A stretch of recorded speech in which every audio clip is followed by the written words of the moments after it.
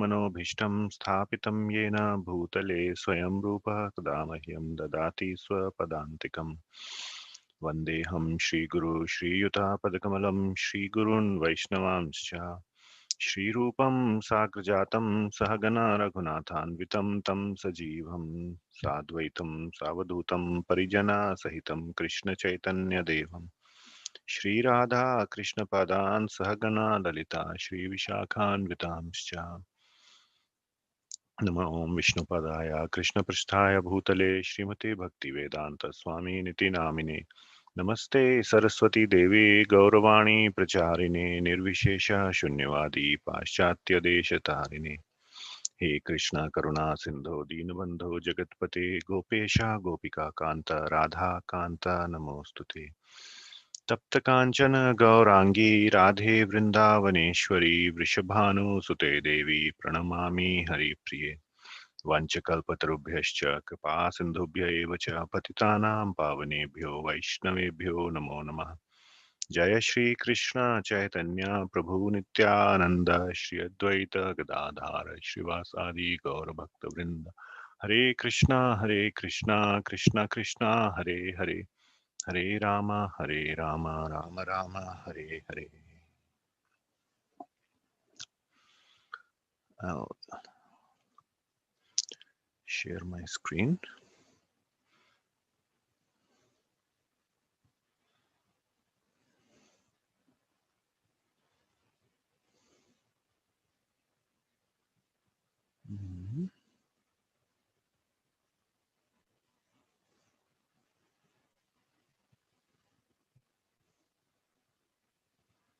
Please let me know if you can see this PowerPoint. Yes, Prabhu, we can see it, Prabhu.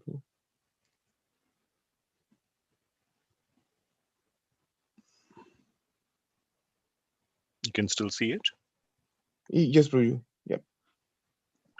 Okay, let's recite the invocation verse. Om Namo Bhagavate Vasudevaya. Om Namo Bhagavate Vasudevaya. Om Namo Bhagavate Vasudevaya. Narayanam Namaskrityam Naram Chaiva Narottamam Devim Saraswatim Vyasam Tato Jayam Udirayet नष्टप्रायेषु अभद्रेषु नित्यं भागवतसेवया भगवति उत्तमश्लोके भक्तिर्भवति नैष्ठकी कृष्णाय वासुदेवाय देवकीनन्दनाय च नन्दगोपकुमाराय गोविन्दाय नमो नमः. So today's verse is 1.8.50. So let's recite the verse. Nano राज्ञः प्रजा भर्तुर् धर्मयुद्धे विधो द्विषाम् इति मे न तु बोधाय कल्पते शासनं वचः. I'll repeat a couple of more times and then devotees can try to repeat. Nano राज्ञः प्रजा भर्तुर् धर्मयुद्धे विधो द्विषाम् इति मे न तु बोधाय कल्पते शासनं वचः. नैनो राज्ञः प्रजा भर्तुर् धर्मयुद्धे वधो द्विषाम् इति मे न तु बोधाय कल्पते शासनं वचः.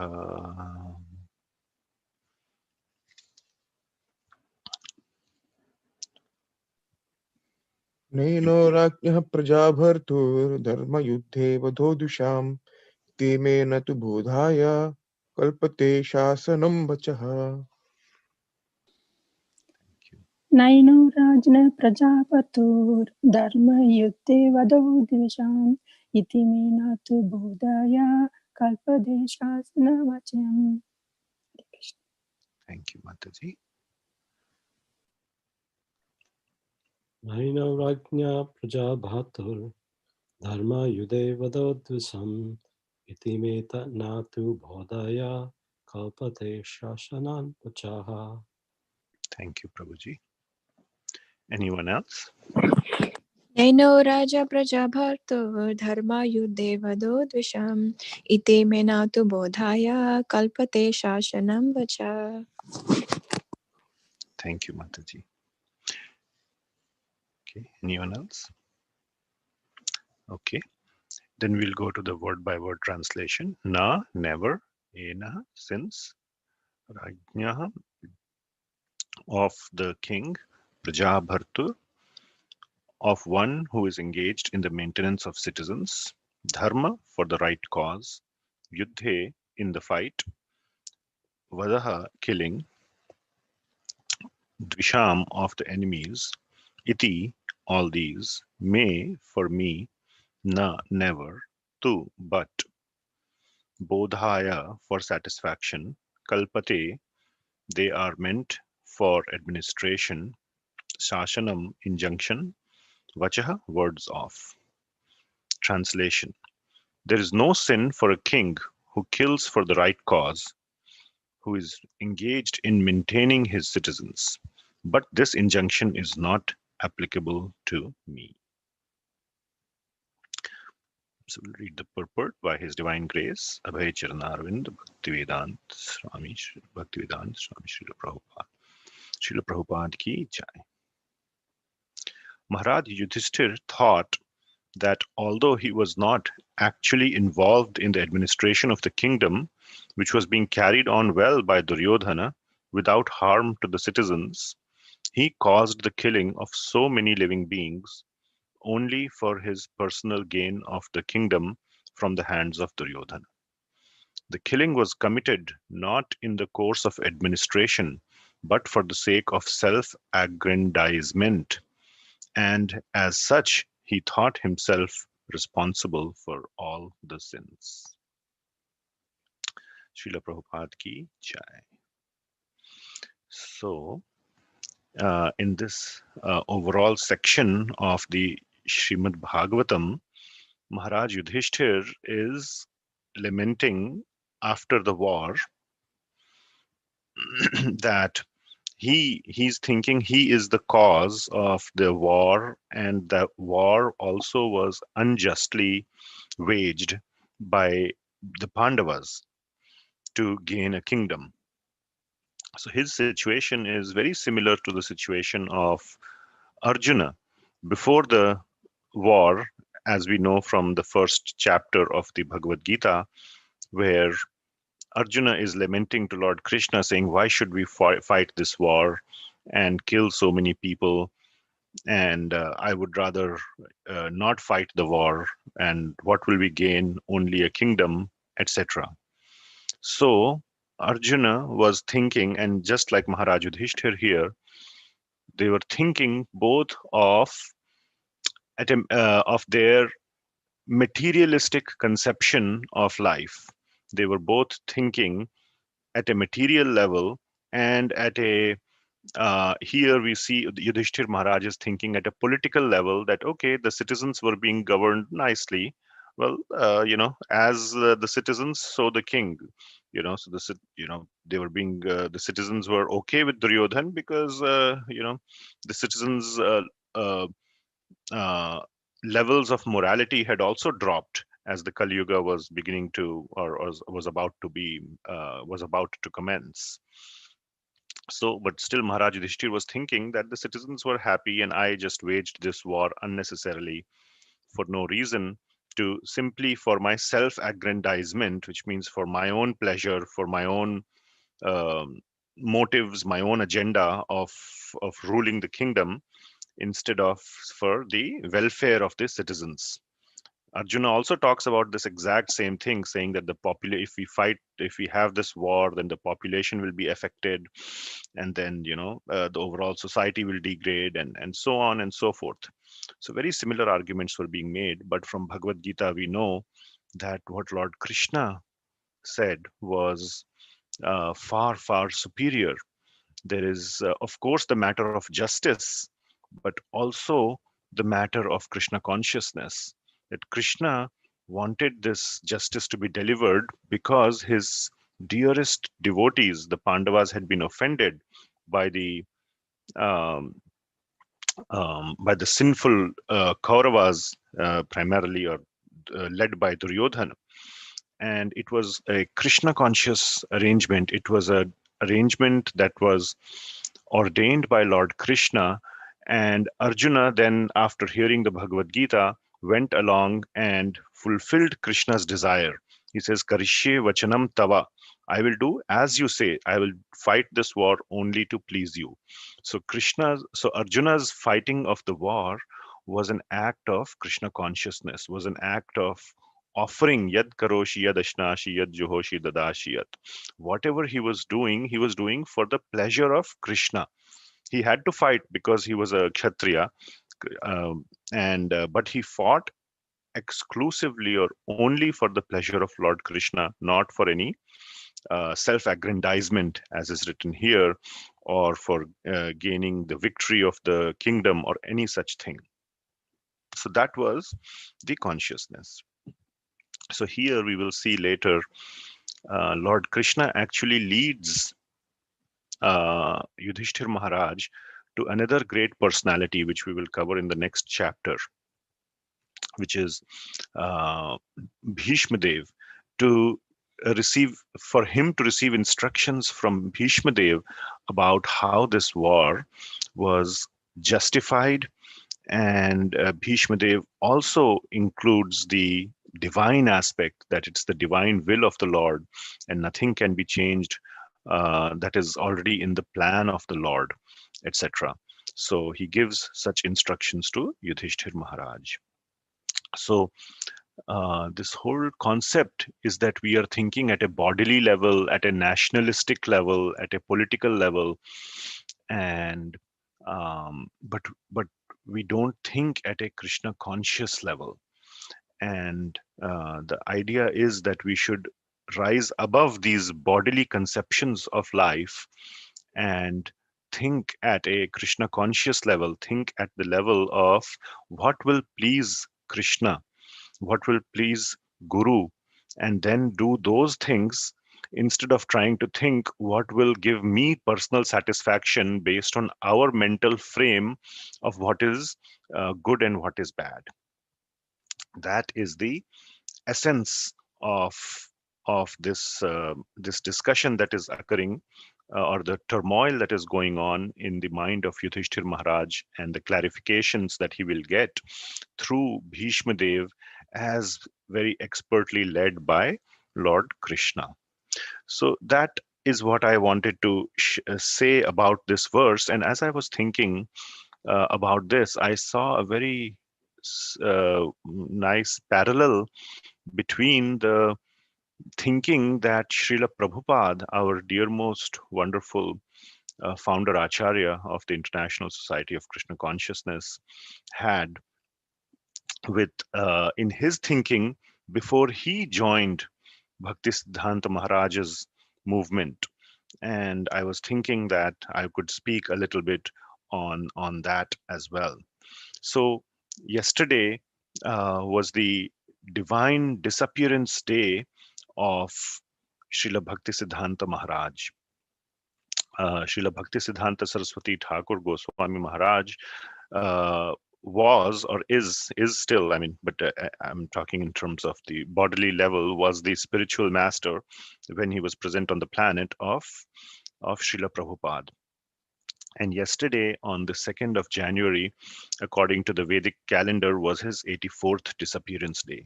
He disappeared on the 1st of January of 1937.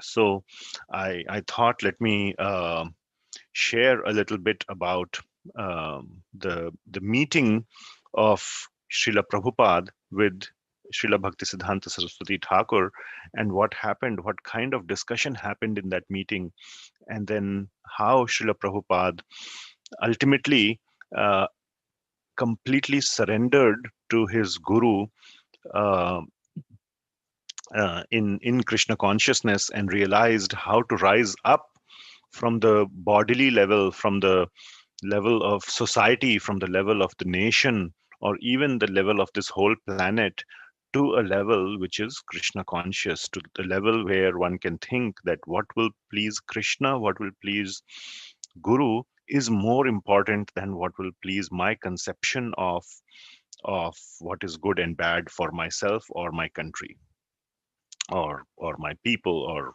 things like that. So I um, wanted to share that, if that's okay with the devotees. Is that okay? Absolutely, Prabhuji. Okay, thank you. So um, as we know, Srila Prabhupada was born in 1896. Seems like a really long time ago. But um, and um, so around when he was 20 years old, that would be like 1916, there was a big turmoil going on in the world at 1916, and you all might be able to correlate the dates and realize that it was World War One that was going on at that time. And around a little later, 1916 to 1918, Srila Prabhupada was in college, and one of his classmates was none other than Subhash Chandra Bose. I did not know that. I probably read it. I was recently reading from Srila Prabhupada's Lilamrita, and I was trying to gather other sources to read about Bhakti Siddhanta Maharaj primarily because of his disappearance day, and because of the vacation time and holidays were there. So I was just reading, and I was pleasantly surprised to realize that he was classmates with Subhash Chandra Bose.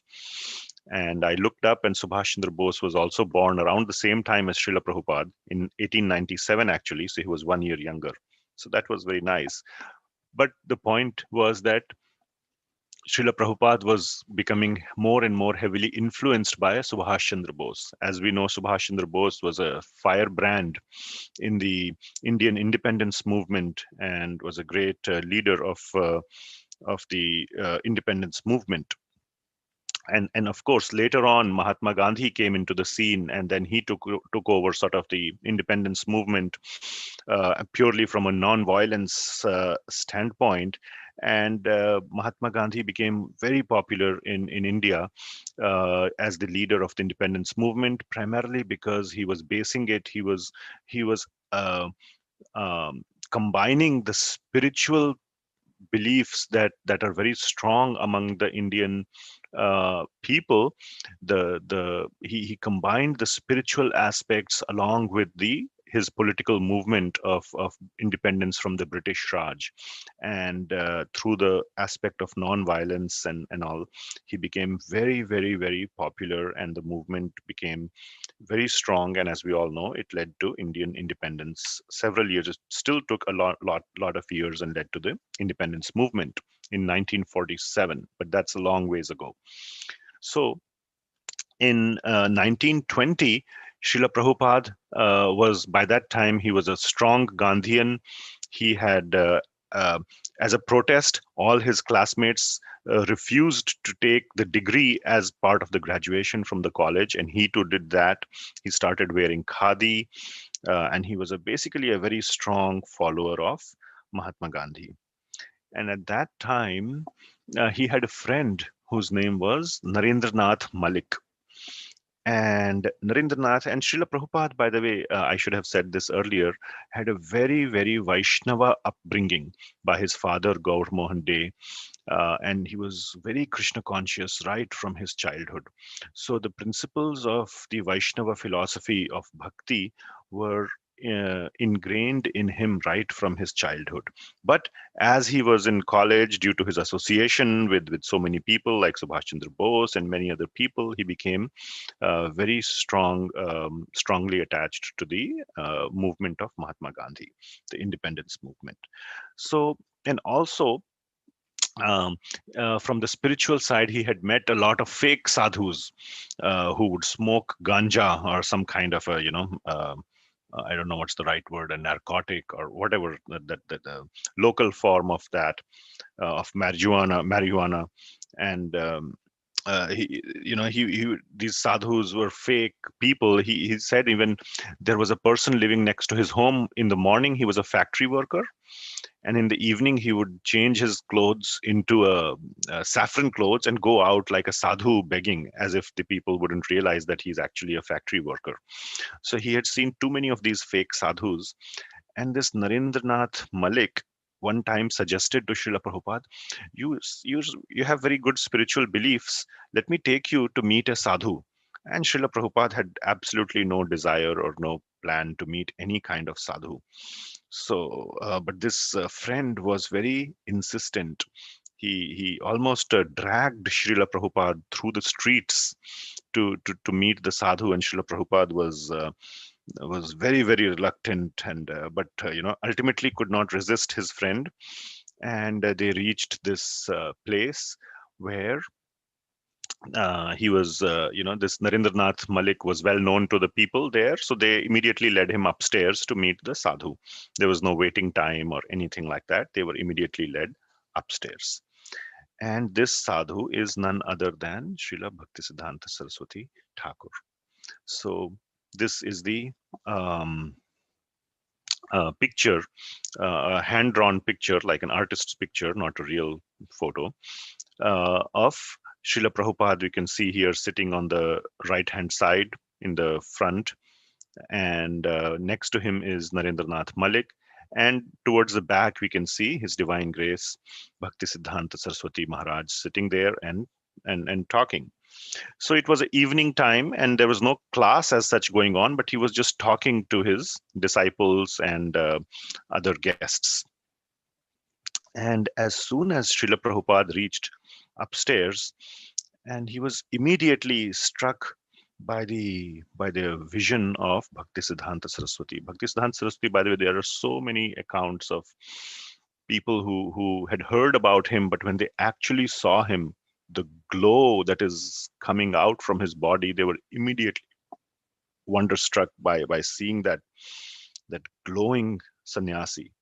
And Srila Prabhupada's experience, as written in Srila Prabhupada's Lilamrita by Satswarup Das Goswami Maharaj, is also saying the same thing, that Srila Prabhupada saw that Bhaktisiddhanta Saraswati was sitting with a straight back.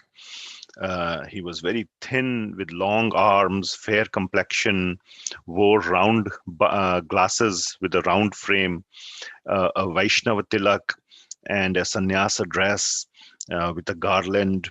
And he was immediately, he could see that this sadhu is a little different. It doesn't seem fake.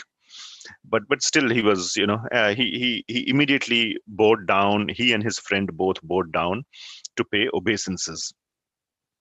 And a wonderful thing happened, so as I have written here in the bottom, while the two young men were still rising after paying their obeisances, two young men means Srila Prabhupada and Narendranath Malik, and preparing to sit, before they had actually sat down, before any preliminary formalities of conversation had begun, Srila Bhaktisiddhanta immediately said to both of them, "You are young, educated men. Why don't you preach Lord Chaitanya Mahaprabhu's message throughout the entire world?" And Abhay is, this is how I have copied it from the Lilamrita. Abhay could hardly believe what he had just heard. Abhay is the name of Srila Prabhupada when his name was Abhay Charan De. And so Abhay could hardly believe what he had just heard. They had not even exchanged views, or they had not even basically, gained eye contact. And yet this sadhu was telling them what they should do. This is like, he was completely like shocked. What is going on here? But this is the power of a sadhu. This is a power of a divine Vaishnava. He directly, unabashedly speaks the message of God. And Srila Bhaktisiddhanta Saraswati was the most elevated, the most the most well-known, the most, I don't even have words, the most wonderful, the most acclaimed giant of Vaishnava philosophy, sannyasi at that time. And of course, he spoke those words to Srila Prabhupada. So in that first meeting in 1922, Srila Prabhupada already got his instructions for his mission that would define his future life. And Srila Prabhupada was immediately impressed. He felt completely being won over by Srila Bhaktisiddhanta Maharaj's strength of conviction. Bhaktisiddhanta Saraswati Maharaj did not care for anything else other than spreading the message of Lord Chaitanya. He didn't care for any pleasantries. He didn't care for any material concerns. Let these people sit. Let me slowly find out their mood, their attitude, whether they are favorable, unfavorable, this, that, nothing. And of course, he had divine vision, divine empowerment by Krishna. So he could see through the heart of Srila Prabhupada. And Srila Prabhupada in his life later on also saw many, many, many people. Directly, he knew that these people will be uh, great stalwarts in the movement, and he would simply just recruit them, like, okay, you go do this. And the people are like, ordinary people walking around. They say, what, why are you talking to me like that? And a few years later they find themselves doing wonderful things in the Hare Krishna movement. This is how pure Vaishnavas enact the will of Krishna. So Srila Prabhupada was completely drawn into Bhaktisiddhanta Maharaj. He was very inspired and humbled, and he basically wanted to hear more. He was thinking, yes, I think I'm at the right place. And but still this thing was there in the heart. It seems like a very genuine sadhu, but he wanted to kind of test him. And um, um, so during the sometime later in that discussion, the discussion was still going on topics of Lord Chaitanya and all that, and that how important it is to spread the message of Lord Chaitanya. Srila Prabhupada wanted to test Bhaktisiddhanta Maharaj. So the disciple tests the master. So Srila Prabhupada asked in a genuine mood, not as a rebuke, not as a argument in a haughty style, but a very genuine question, but a very strong question. And he asked Bhaktisiddhanta Maharaj, who will hear your Chaitanya's message? We are a dependent country. First, India must become independent. How can we spread this Indian culture or these teachings of Lord Chaitanya if we are under British rule? That was a big impediment. But answer that Bhaktisiddhanta Maharaj gave completely shook Srila Prabhupada to the core. Srila Bhaktisiddhanta replied in a quiet, deep voice, Krishna consciousness does not have to wait for a change in Indian politics, nor it is dependent on who ruled or who rules. Krishna consciousness is so important, so exclusively important, that it cannot wait. So this is the conviction with which Bhaktisiddhanta Maharaj spoke, and it completely shook Srila Prabhupada to the core. What is this guy saying? Try to imagine, Srila Prabhupada is coming from a Gandhian background. His whole consciousness is about the independence of India. And here this person is saying that that whole movement of Mahatma Gandhi and all these other freedom fighters and everything is secondary to this thing called the spiritual advancement of the people and Krishna consciousness and Lord Chaitanya's message. That is more important compared to the big nationalistic movement going on in the minds and hearts of hundreds of millions of people in India at that time. What is he talking about? What on earth is he in a different universe? Doesn't he realize that we have this big movement, Indian independence movement, to take care of? And he's putting that at second priority. This message was too revolutionary for him to fathom in just a few seconds.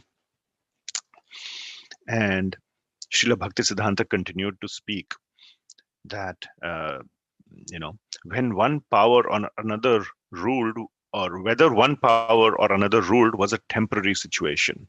So this is just like Lord Krishna speaking to Arjuna, or to Yudhishthir Maharaj, uh, the mentality to rise up above this bodily conception and rise up to Krishna consciousness. So that is the parallel between this discussion and the one we were having earlier. So whether one power or another ruled was a temporary situation, but the eternal reality is Krishna consciousness. And the real self is the spirit soul. No man-made political system, therefore, could actually help humanity. This was the verdict of the Vedic scriptures and the line of spiritual masters. Although everyone is an eternal servant of God, when one takes himself to be the temporary body and regards the nation of his birth as worshipable, he comes under illusion. Because these are material considerations, my body, my nation. The leaders and followers of the world's political movements, including the movement of Swaraj, Swaraj is the Indian independence movement, were simply cultivating this illusion. Real welfare work, whether individual, social, or political, should help prepare a person for his next life and help him re-establish his eternal relationship with the Supreme. So when you get independence in this life, next life you could be born in Africa or another country somewhere where it is not independent. And every life to life to life, you will just be struggling for independence or doing something, or you'll become a dog who is not independent from his master. And, the dog is then going to have to do an independence movement. So what is the point of this independence? And as Bhaktisiddhanta Maharaj said, real welfare work, I'll read the last line again. Real welfare work, whether individual, social, or political, should help prepare a person for his next life and to help him re-establish his eternal relationship with the Supreme Lord Sri Krishna. So this was the message. This was the message that completely shook Srila Prabhupada to the core. And after hearing this, again, Srila Prabhupada was very torn. And of course, coming from years of Gandhian philosophy and understanding, he was still, battling with this thing that, spiritual life was a luxury that could not be afforded under current conditions. It could only be afforded after, we are out of this British Raj. But in the Lilamrita, it is written, he trusted Bhakti Siddhanta Saraswati Maharaj. He trusted him. This is called faith. Even when the instruction seems, wait, it totally doesn't make sense. But you trust, and then you go forward, and then you realize, aha, it was actually the right instruction. This is the matter of faith. Lord Krishna mentions the matter of faith many times in the Bhagavad Gita, that have faith in what I am saying. In 7.3 and 9.3 are both very strong verses on the topic of faith. And especially in the purport of 9.3 verse, Srila Prabhupada has given a very wonderful discussion on the topic of faith. Please, when you get a chance, read again the purport of Bhagavad Gita 9.3. So, after coming out of the meeting, Srila Prabhupada was totally convinced that this is, first of all, not a fake sadhu. He is a true Vaishnava. Srila Prabhupada was raised as a Vaishnava, and he knew how to detect another Vaishnava.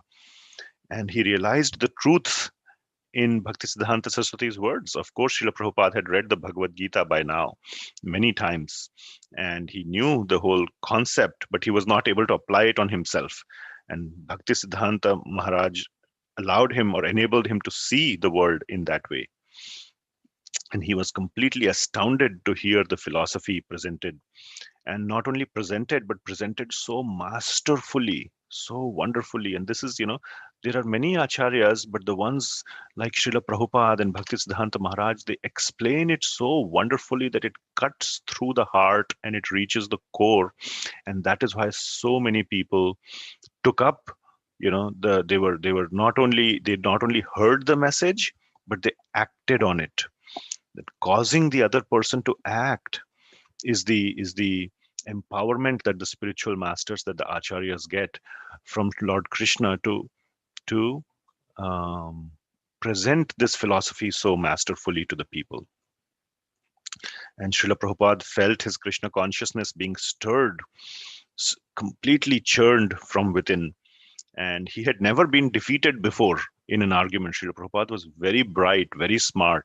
No one had ever defeated him in an argument, but he was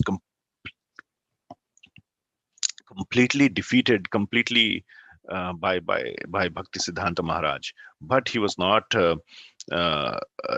sad at this defeat. He was liking this defeat, and this defeat he didn't consider it as a loss, but he considered it as a huge gain, as a monumental gain. And in that moment, in his heart, he completely surrendered to Srila Bhaktisiddhanta Saraswati. So he became like Arjuna, Shishyaste ham shadhimam tvam prapannam. I am your disciple, in his heart. So Srila Prabhupada recalls, or in the Lilamrita, it's written, it says, I was born from a Vaishnava family, so I could appreciate what he was preaching. Of course, he was speaking to everyone, but he found something in me. And I was convinced about his argument and mode of presentation. I was so much struck with wonder.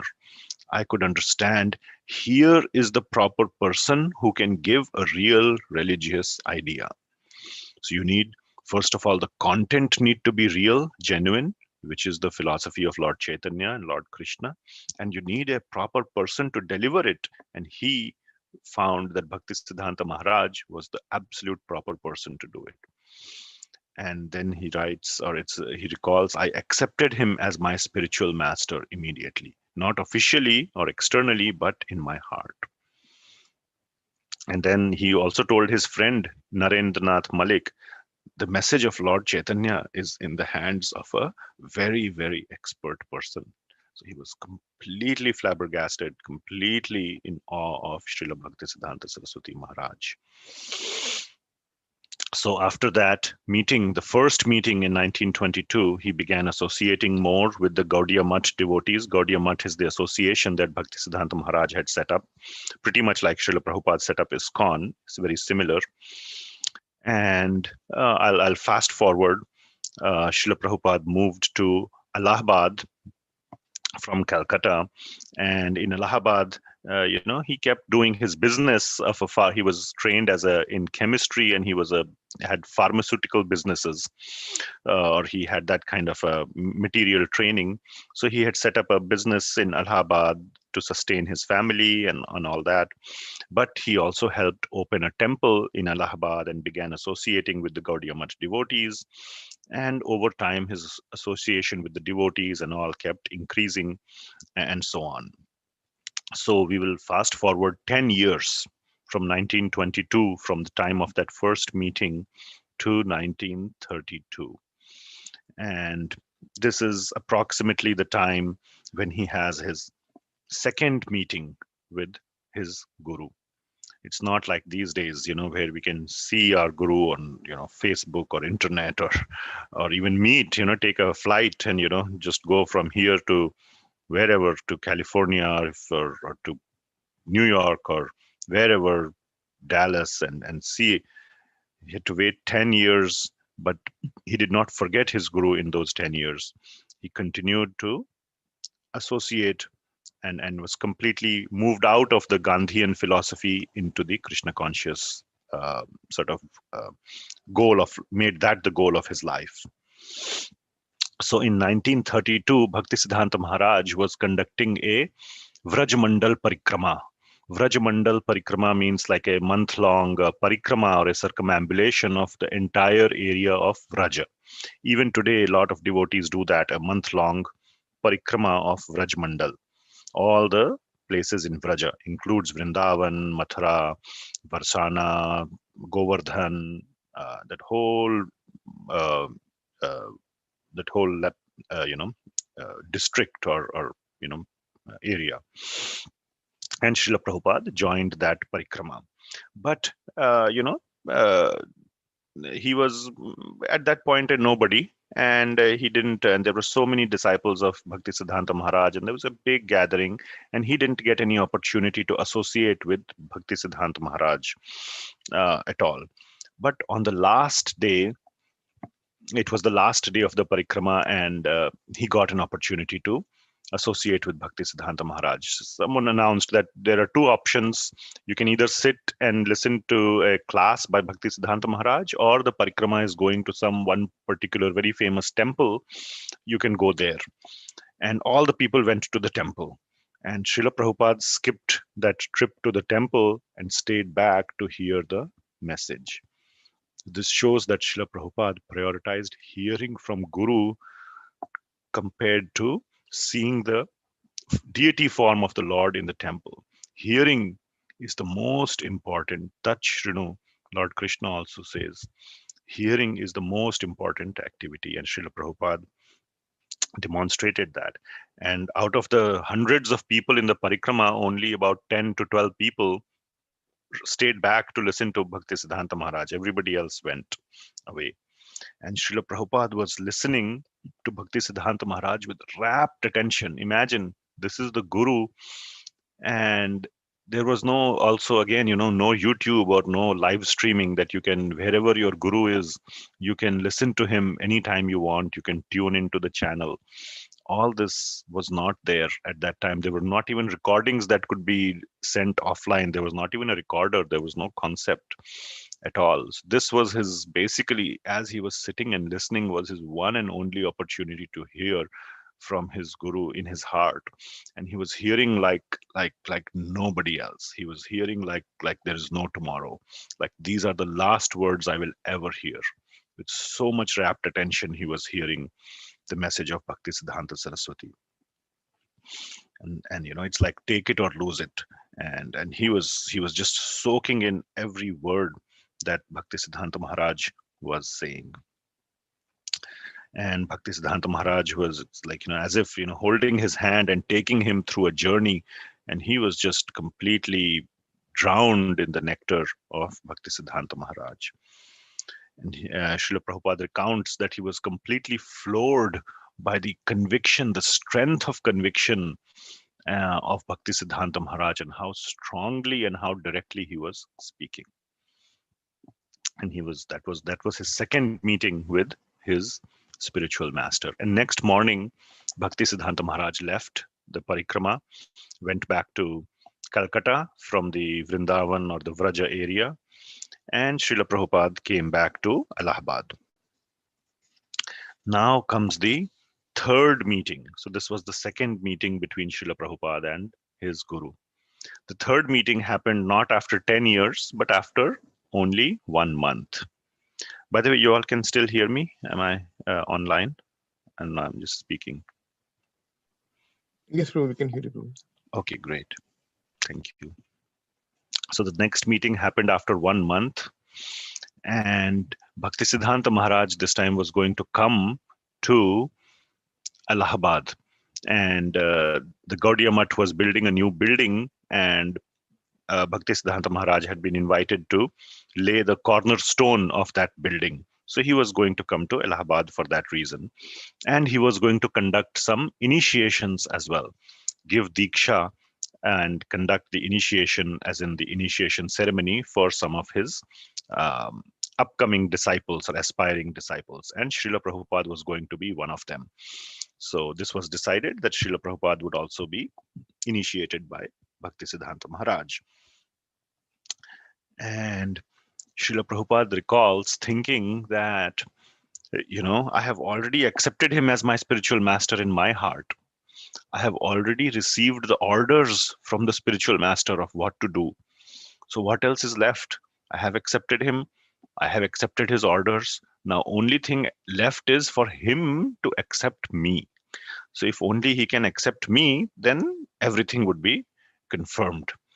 Everything would be set.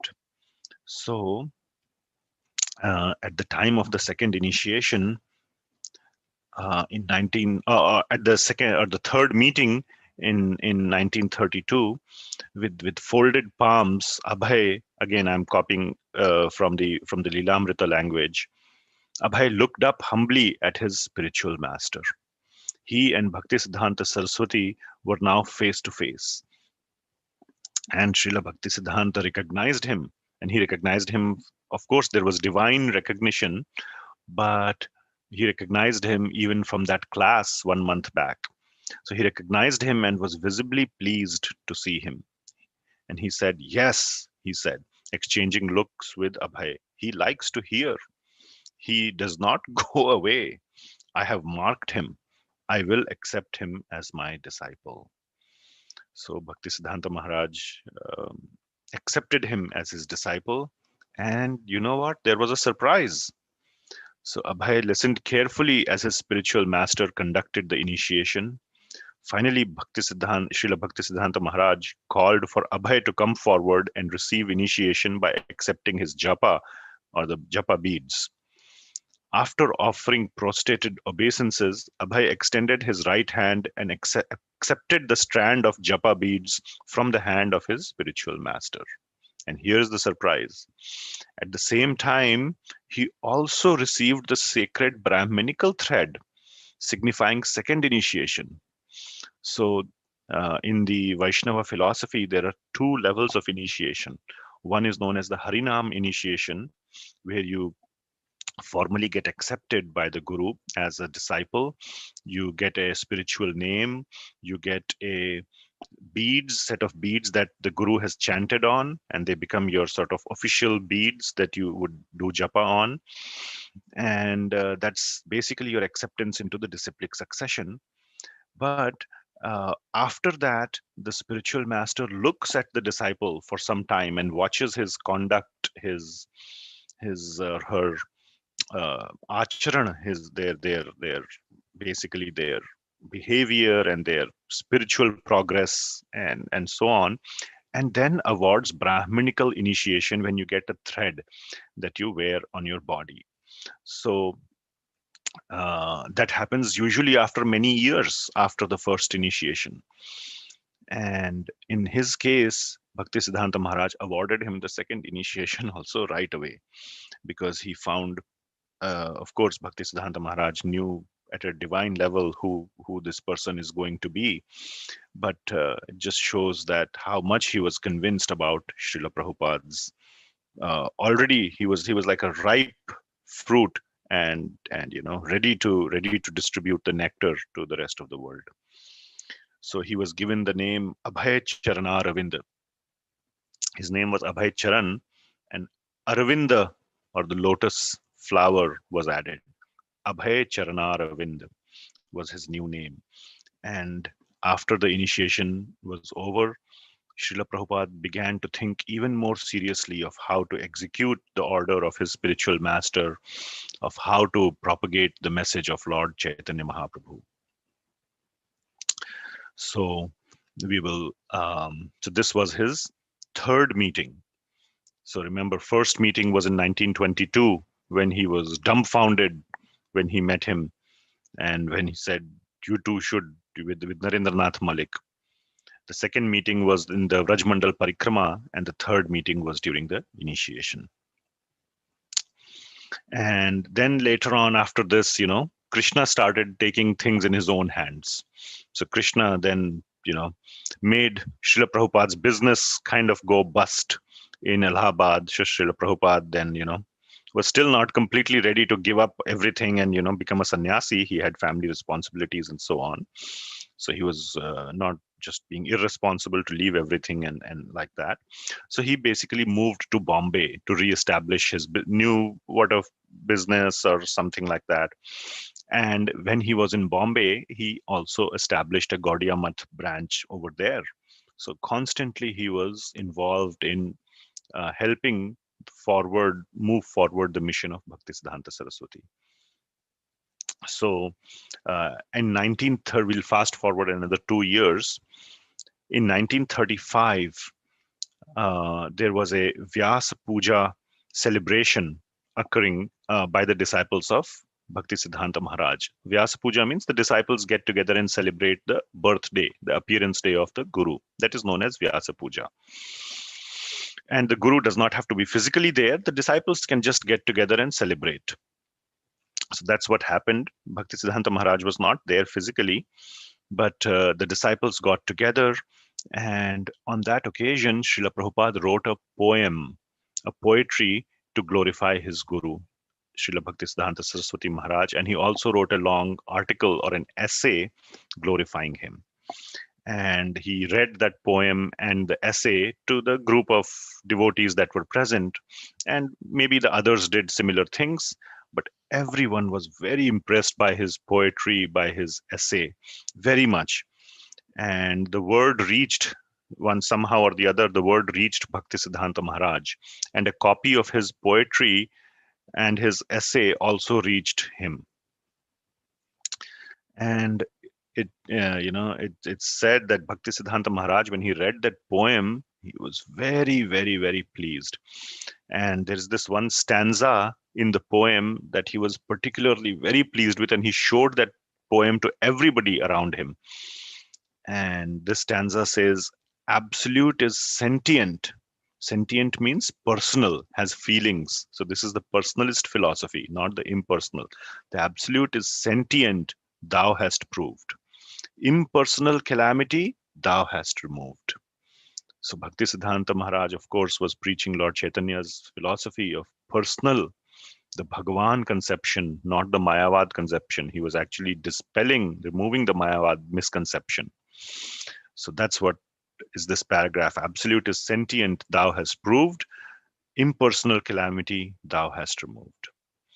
So Bhaktisiddhanta Maharaj was very, very pleased with Srila Prabhupada's writing. To such an extent he was pleased that he said, Bhaktisiddhanta Maharaj used to publish a magazine called The Harmonist. And he told the producer, one of his disciples, whatever he writes, publish it. He was just, he knew this man, Abhay Charanarvind, is no ordinary man. He will do great things in the future. So he was so impressed by Srila Prabhupada's writing. In interest of time, I'm not going to be able to read the other wonderful things on the slide, but the Bhaktisiddhanta Maharaj was amazing, was amazingly pleased by Srila Prabhupada. Then again, we come to the fourth meeting. In the meantime, the businesses in Bombay also started, taking reversals, and he lost his business once again. And when that happened, his desire to fulfill the orders of his spiritual master increased even more.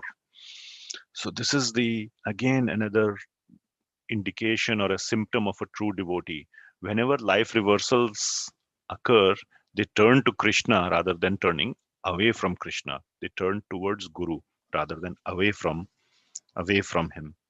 So his desire to become more involved in Bhaktisiddhanta Maharaj's mission became even stronger. Then the fourth meeting and the final meeting occurred between Srila Prabhupada and Bhaktisiddhanta Maharaj. We'll fast forward to November 1935. And if you remember, Bhaktisiddhanta Maharaj left this planet on January 1937, January 1st. So this is basically November 35 is about 1 year before his disappearance. And Bhaktisiddhanta Maharaj was in Vrindavan once again for 1 month. And he was staying at Radhakund and in the Govardhan area. And Srila Prabhupada arrived with his son from Bombay. And at that time, there was some quarrel going on among the disciples of Srila Bhaktisiddhanta Saraswati. They were quarreling about very petty things as to, who will occupy this room, who will occupy that room. In the due to the success of Bhaktisiddhanta Maharaj's movement, they had made a big temple and a big headquarters of the Gaudiya Mutt in Calcutta, in downtown Calcutta, Bagh Bazaar. It's one of the central places, not in the outskirts or some very expensive and central location. A headquarters was built with a lot of money put in, and all his disciples were fighting about, oh, I will take this room, I will take that room, very materialistic tendencies. And Bhaktisiddhanta Maharaj was very disturbed, almost disgusted with this kind of a mentality. So he was very troubled with that, and in that mood, that was his mood, Bhaktisiddhanta Maharaj's mood. Prabhupada didn't know anything like this is going on. He was living in Bombay, not in Calcutta, and so he didn't know any such things going on. So at one time, Srila Prabhupada, you can see here with his son, he got an opportunity to talk to Bhaktisiddhanta Maharaj in private. And Bhaktisiddhanta Maharaj shared his heart confidentially to Srila Prabhupada. And Srila Bhaktisiddhanta Maharaj said, and some very grave words he said that Brahmanas and Vaishnavas were supposed to be free from envy of any creature. What to speak of the envy of one another? You're supposed to be free of envy from each other. If they were to fight now, what would they do after the spiritual master has passed away? In the presence of the spiritual master, they are fighting. And Bhaktisiddhanta Maharaj said, but my followers became contaminated with a little wealth and desire for prestige. This is such a shame. And Bhaktisiddhanta Maharaj was very, very disappointed, very disheartened with this. And he says, in the name of religion, they became attached to ease, position, and prestige. It could only mean that they have failed to grasp the teachings of their spiritual master. This is spiritual master saying this. And those disciples, were fighting on these petty things. And Srila Bhaktisiddhanta Maharaj was so distressed by this kind of behavior of some of his disciples. Not all, some of them.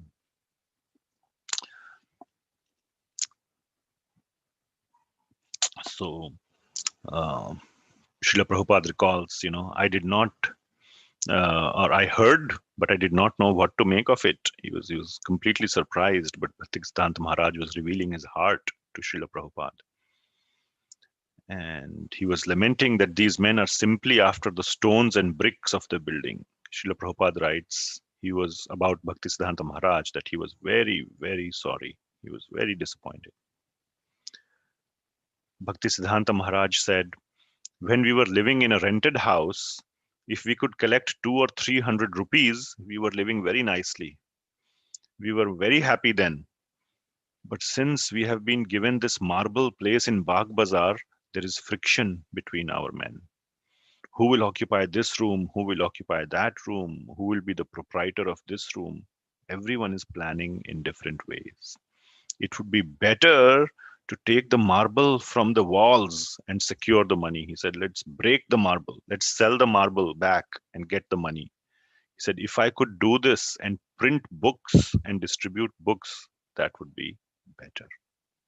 How disheartened Bhaktisiddhanta Maharaj was, how disgusted he was. He said, let me just break down this temple or this headquarters, sell the marble, and instead with that money print books and distribute the books. And that was the final instruction, not the final instruction, but the most important instruction that he gave to Srila Prabhupada. Srila Bhaktisiddhanta said, I had the desire to print some books. If ever you get any money, print books. This was the instruction of Bhaktisiddhanta Maharaj. And we all know how seriously Srila Prabhupada took that instruction of printing books. Until today, that whole instruction is being carried out, not only by Srila Prabhupada, but thousands and thousands of his disciples and grand disciples. So much book distribution is going on. And Srila Prabhupada so wonderfully fulfilled that instruction. If you ever get money, print books. Standing by Radha Kund and beholding his spiritual master, Abhay felt the words deeply enter his own life. If you ever get money, print books. Then fast forward one more year. So this was in November of 1935. And in December of 1936, he received his final instructions. Bhaktisiddhanta Maharaj was in poor health at Jagannath Puri, and Abhay was in Bombay. And he wanted to serve his Guru Maharaj. So he wrote to him a letter. It says, "Dear Guru Maharaj, please accept my humble obeisances at your lotus feet. You have got many disciples, and I am one of them, but they are doing direct service to you." So he's talking about those that were serving Maharaj personally in Jagannath Puri. "Some of them are brahmacharis, some of them are sannyasis, but I am a householder.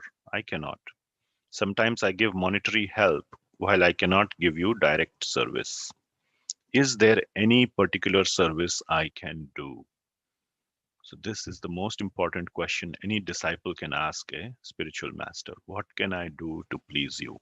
Is there any service I can do? So disciple is always looking a way to serve the Guru. And 2 weeks later, Abhay received a reply. And the reply said, "I am fully confident that you can explain in English our thoughts and arguments to the people who are not conversant with that language of the other members. This will do much good to yourself as well as to your audience. I have every hope that you can turn yourself into a very good English preacher if you serve the mission to inculcate the novel impression of Lord Chaitanya's teachings in the people in general, as well as philosophers and religionists." So basically, the instruction was the same as he got in his first meeting. The same thing, go out and preach in the English language to the world.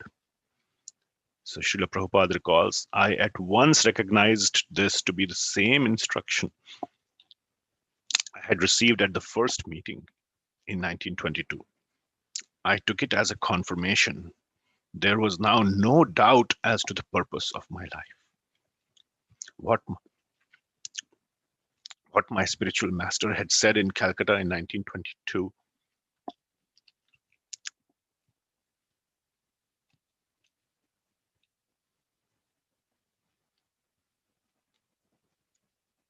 had not been a chance remark, nor had that been a chance meeting. The instruction was the same. Turn yourself into a very good English preacher. This will do much good to yourself as well as to your audience." And a few days later, His Divine Grace Srila Bhaktisiddhanta Saraswati Thakur Goswami Maharaj Prabhupada entered into the eternal pastimes of Sri Sri Radha and Krishna. So, and then over the next 40 years, Srila Prabhupada, his greatest and most wonderful disciple, would give his life and soul to please his spiritual master. Srila Bhaktisiddhanta Goswami Maharaj Prabhupada ki jai. Srila Prabhupada ki jai. Gaur Bhaktivinoda ki jai. Thank you very much. That's all I wanted to say. Sorry for going over a few minutes.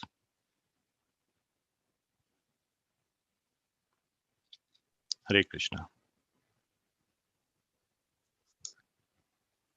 Hare Krishna Prabhuji, this is great. Thank you for actually giving us the story behind.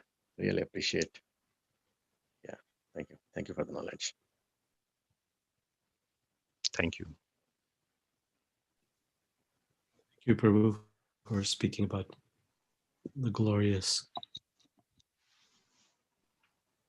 life of Srila Bhaktisiddhanta Maharaj and how he inspired Srila Prabhupada so nicely.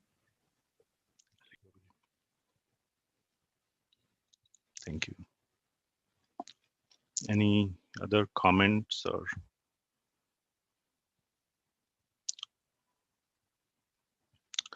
corrections or anything else?